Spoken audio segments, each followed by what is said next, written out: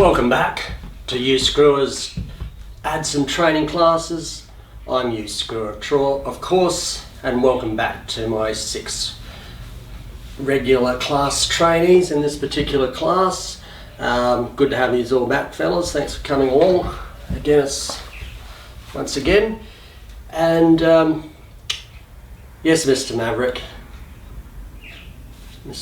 Yes, well, I am a bit more casually dressed today. That's because I've been taking a new class of ADSOM trainees who have only just started. I've been taking them through exercises, going up and down sandhills to strengthen those areas, muscle areas, which of course are essential to a good signature walk sort of thing.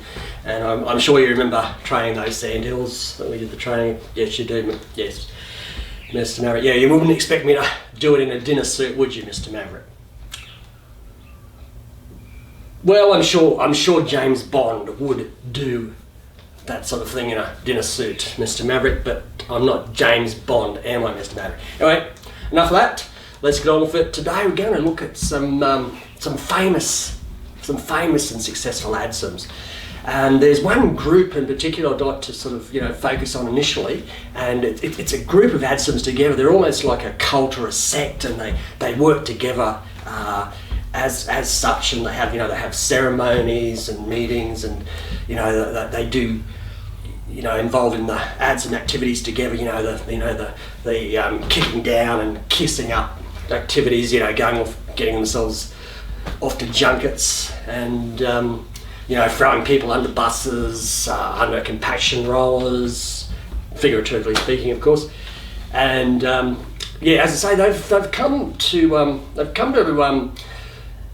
bit of prominence recently because there's been a couple of scandals in the news, sort of involving this what I call this cult, this ADSOM cult sort of thing, and their level of their aptitude and the level of sophistication, of course, in the essential ADSOM traits of bullying, harassing, kicking down, kissing up, as I said before, getting people thrown under buses or compassion rollers, figuratively, especially while they're away at ADSOMs, they've been known to be very good at that. They're very distinct too, in that they wear very, very tight fitting clothes, especially the tight shirts is the mark of this particular cult or sect of ADSOMs. And can anybody guess what the name of this particular group of ADSOMs, this cult or sect of ADSOMs is called? Anybody? As I say, there've been a couple of scandals, and the name of them has been mentioned in the news just recently. Yes, Tess Fears. You know what they're called? They're called the low-life, pathetic, cowardly, bullying scum. Well, look, you might be right in a different forum. I think you're thinking right, you were calling them like the lowest, cowardly, you were calling them scum basically, weren't you? Low, cowardly, pathetic pieces of scum, weren't you? Yes, as I said, in another forum, spin doctors, you might be entirely right, but remember how we're looking at it, is that we're ADSOMs here. So can anybody tell me what the mistake that spin doctors are making, before referring to this group of ADSOMs, with their tight shirts, I forgot your chest puffing. They're also known for chest puffing. Can anybody tell me what spin doctors is doing by referring, as low-life, pathetic, cowardly scum? What's he doing? What's the key mistake that he's making regarding these people? Yes, Farmer Brown. That's spot on. What spin doctors is doing, he's actually embracing the traits of Sergeant Elias, as seen in the movie Platoon. Remember the first lesson, and we've drummed in for at least the first 3 lessons, and we've drummed in other lessons too. Remember in lesson 1, forget the traits of Sergeant Elias. Embrace the traits of Sergeant Barnes as seen in the 1986 Oliver Stone movie Platoon. You know, being there. That's, look, easy mistake.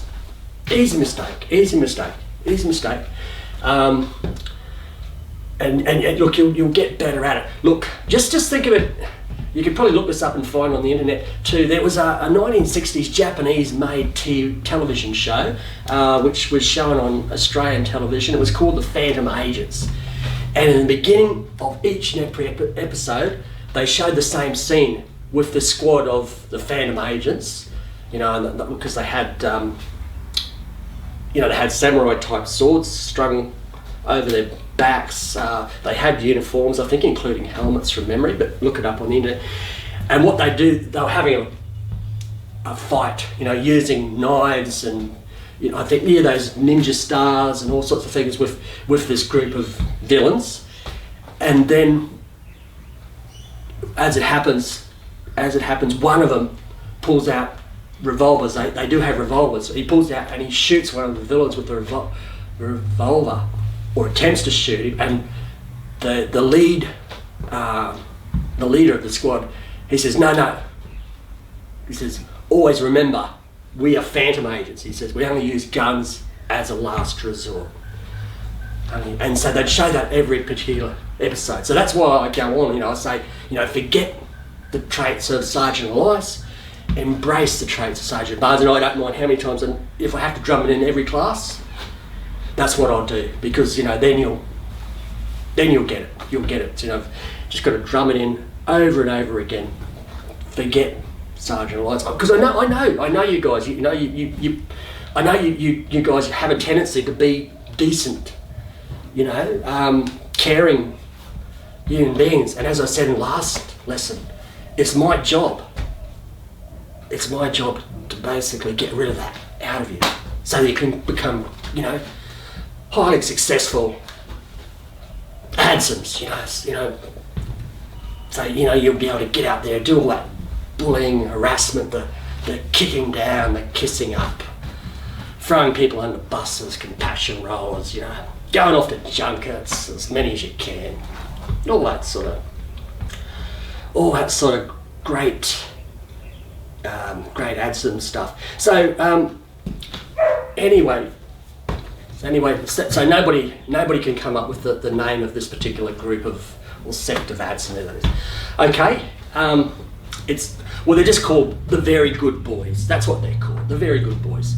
And looking at spin doctors through the lenses you were looking at initially, you know, as them being, you know, like a, you know, low, cowardly, bullying scum kind of thing. You know, you might say, well, that name is an oxymoron, right? But it's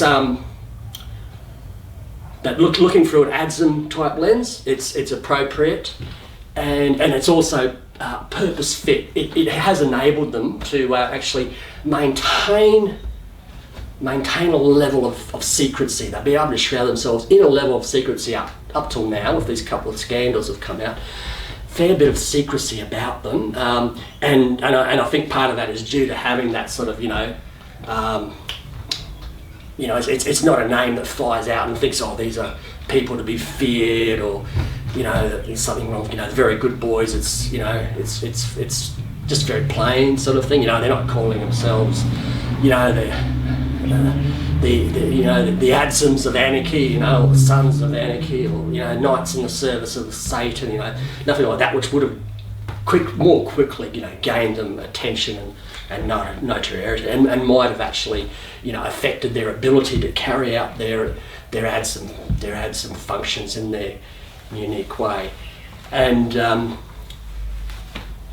look, I'll get you to do a bit of research on the Very Good Boys. You know, put in a Google search, you know, or other search, whatever search. Don't just restrict yourself to Google, but whatever search engines that you're comfortable with. And next lesson, sort of, you know, just we might go around the room and, you know, get a quick summary of what you've learned about the very good boys. Yeah, old 55 up the bat.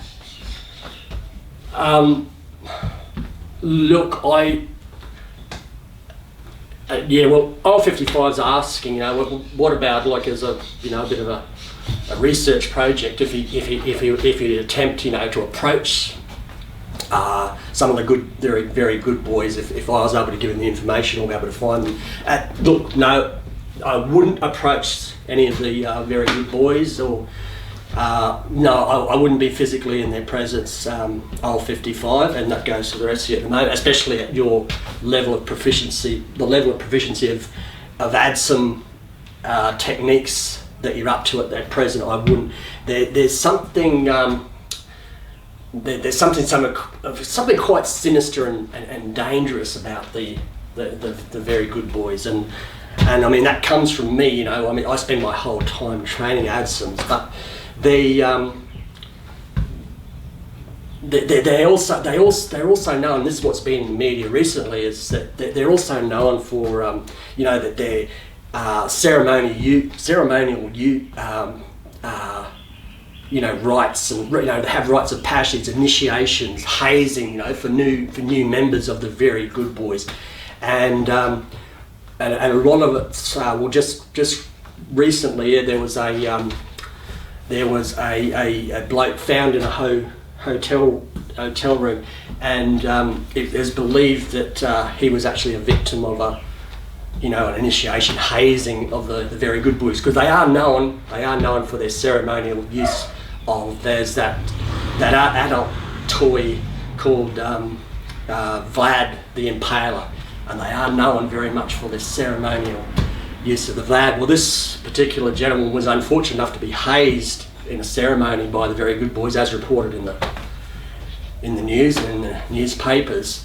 He was found in a hotel room, impaled on a Vlad the Impaler, and he had to be rushed for medical treatment, and the medical team at the hospital, they had to work for 4 hours on him just to get the smile off his face.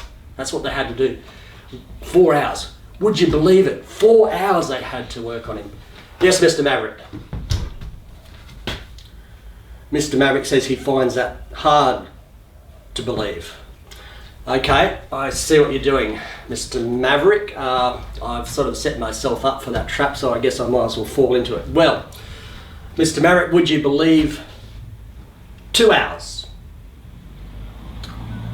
Find that hard to believe as well.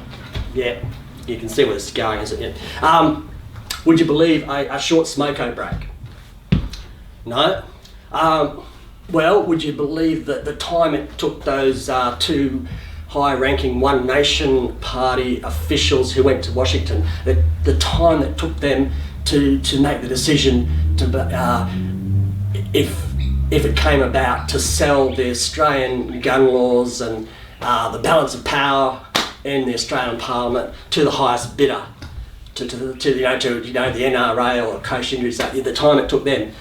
Let's see, what did they do? Oh, yeah, about 2 minutes. Would you believe that? Yeah, okay, Mr. Maverick. And you can see what Mr. Maverick's doing, of course. He's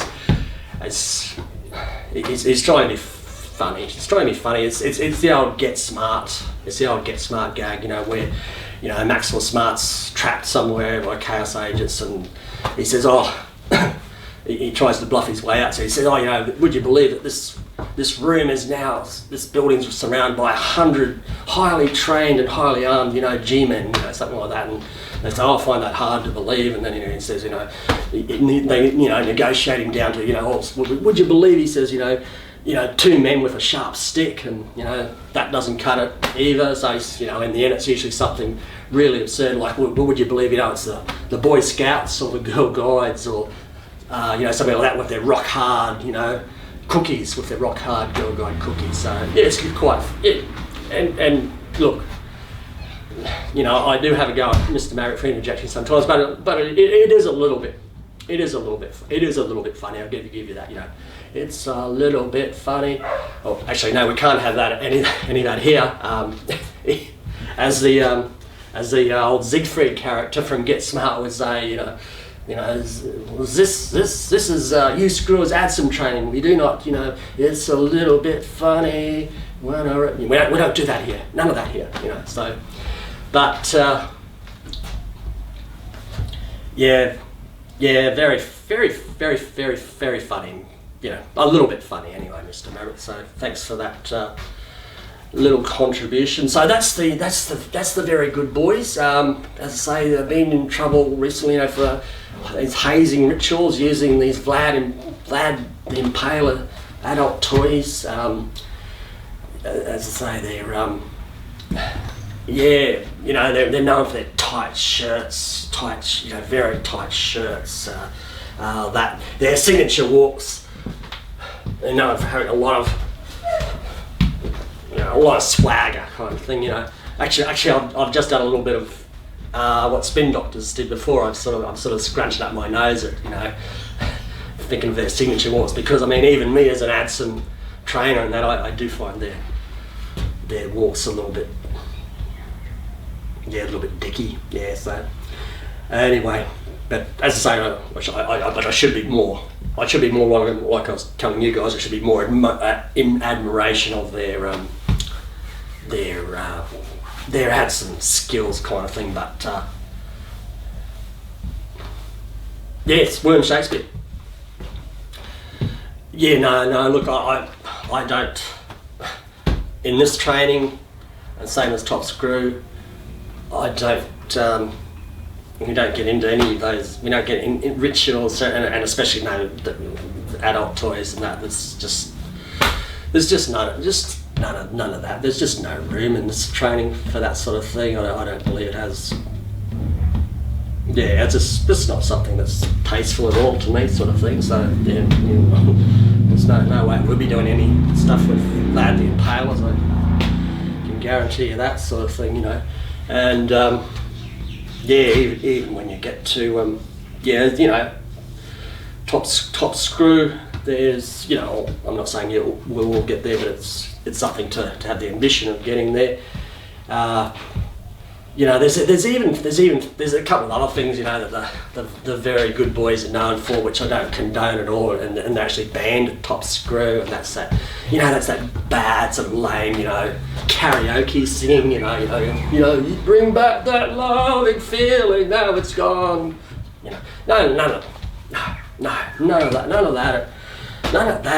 of that top screw. The very good boys, they practice that very bad, lame karaoke singing. And the other thing we have banned at top screw, of course, is that, playing volleyball out in the hot sun, beach volleyball, in a sand pit out in the hot sun, half naked and sunglasses and all that crap. And no, that's banned. Have any of that at top screw, I can tell you. Even though the very good boys do make a practice of that. So enough of the very good boys for now. So let's get on to just a few other famous ADSOMs. Of course, there's Gary Kilson, of course, and you all would have heard of Gary. Well, most people have heard of Gary. Gary's actually did this training with me, which you've done now, and he actually won the first Mr. Whiteface scholarship to top screw, to train at top screw. He's a very talented ADSOM, Gary. But when he got to top screw, even though we encourage people to to have flair and use their talents to the best of their abilities, the amount of rigour and that we do place around the training operation of top screw just didn't sit well with Gary. He was just always a bit, he was a bit loose, and he wasn't a person who liked to keep his shit wide tight all the time, sort of thing. So Gary left top screw. Yes, Mr. Maverick. Yeah, well, actually, you're right, Mr. Maverick. Yeah, he was a Maverick. He's a Maverick type ADSOM, and still is, sort of thing. It's only, Only Gary can be Gary kind of thing. Only Gary Kilson can be Gary Kilson. Who else? Yeah, of course we've got the Torch. The Torch, yes, you had heard of the Torch. You know, it's got, you know, a signature walk to behold. You know, the Torch. You know, of course, as he's known in Europe, of course, is Le Torch. Yes, yeah, Tears Fizz. Yeah, no, he's not. Look, yeah, the Torch or Le Torch. No, he's not known for wearing tight shirts, and as you say, not wearing shirts at all, sort of thing, most of the time. Yeah. Well, a lot of that harks back to you know, he had a hard upbringing. You know, he was marooned on that deserted of people Pacific Island for many years. He was marooned there, you know, as a shipwreck, as a young boy, a survivor of a shipwreck. And he had to stay and live on that Pacific Island, you know, and he had, you know, go and get his own food, you know, what fruit was growing wild, and you know, making had to make spears, you know, and go fishing in that lagoon. He did the Torch, and yeah, so that's why he doesn't wear shirts, kind of thing, because he didn't have a shirt to wear when he was on that Pacific Island. You know, he only had the clothes that he came in, sort of thing, and that's why, you know, he always wears that shark's tooth necklace right around his neck, the Torch, you know, and that's his memory of his time on that Pacific Island before he was rescued. So we got you know, we got these standalone kind ADSOMs. We've got Gary Kilson, we got the Torch or Le Torch. There's another one who is he is a very dominant and sometimes feared ADSOM, and he goes by the name of the Claw. Nobody. Well, I haven't come across anybody who knows his actual real name, but he's just called the Claw. Yes, Mr. Maverick, you're very vocal today, Mr. Maverick, but I'll tolerate it because you have been good. No, Mr. Maverick, no, he is not called the Craw, he is called the Claw. No, it's not the Craw, Mr. Maverick, it's the Claw. I know where he's going again. It's another old. There's another old get smart gag. It is, and it is a bit funny. It is a bit funny. So I'll let go to that. But it's definitely the Claw and not the Craw, Mr. Maverick. You know, look it up, fellas. You know, on Get Smart episodes, and you'll find it. There should be a couple in there with a villain named the Claw, and you'll see that little interchange between Maxwell Smart, and the villain. Look it up. Okay, well, thanks, fellas. You've been good today. So, yeah, I still have Candle here as, you know, a tribute to little Kirsty and that. So, yeah, thanks for observing the, you know, the memory of that. Yeah. Anyway, look up the Very Good Boys. You can look up some of those other famous ADSOMs I mentioned. I'll see you next class. Get out of here, you punks.